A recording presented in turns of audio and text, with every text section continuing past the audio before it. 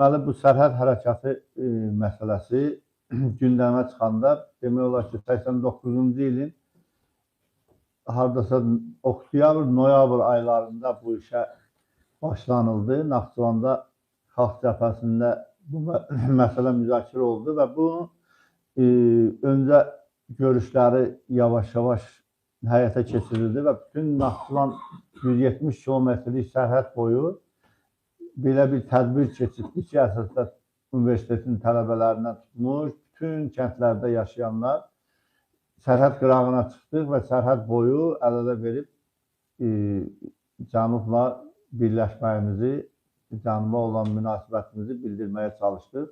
O vaxt yadınızdadırsa belə bir hadisə olmuşdu, Pribaltikada belə bir hadisələr olmuşdu. Ondan sonra Almaniyada iki Almaniyanın birləşməsi üçün Almanlar iki tərəfdən də əl-ələ verərək sərhəd boyu düzülmüşdülər. Belə bir hadisə 12 Azər günü biz həyata keçirdik. Cənubdan da 21 Azər 12 dekabrda. Deməli, Cənubdan da buna bizə böyük bir təpkilər gəldi. Bugün çox sevinirəm ki, Babaş bəylə bərabər burada oturmuşuq, Cənublu qardaşlarımızdan oturmuşuq. Amma o vaxt biz Cənuba başqa bir sferadan baxırdıq və baxmaq məcburiyyətində idik. Çünki Naxçıvanda biz sərhədin kənarında, kəndimiz sərhədin kənarındadır, Qaraxanbəyli kəndi. Və biz elə gözümüz açandan Arazın qırağında doğulmuşduq, sərhədin kənarındaydıq, otaya baxırdıq.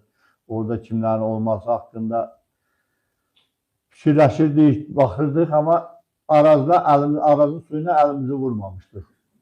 Və bizdən də böyüklərimiz var idi ki, biz Arazı sərhəd simlərindən sonra görürdük. Bundan başqa Arazın görünməyi mümkün deyildi. Bir də Naxçıvandan sərhəd kənarında yaşamayanlar, Ordubadın yuxarı kəndləri, Şahbuz kəndi və yuxarı kəndlərdən sərhədin qırağında olmayanlar Bakıya gələndə istər-istəməz sərhədin kənarı ilə, qatarla otaya baxa-baxa gəlirdi və otaya baxmağın özü də bir o vaxtki təbliğat nəticəsində qorxu idi, bir vahimə idi. Hər kəsə otaya baxmağı belə qadağan eləmişdilər.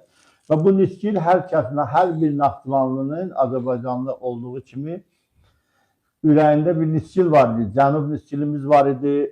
60-cı illərin o şairlərinin Cənuba həsr olunmuş şeirləri var idi.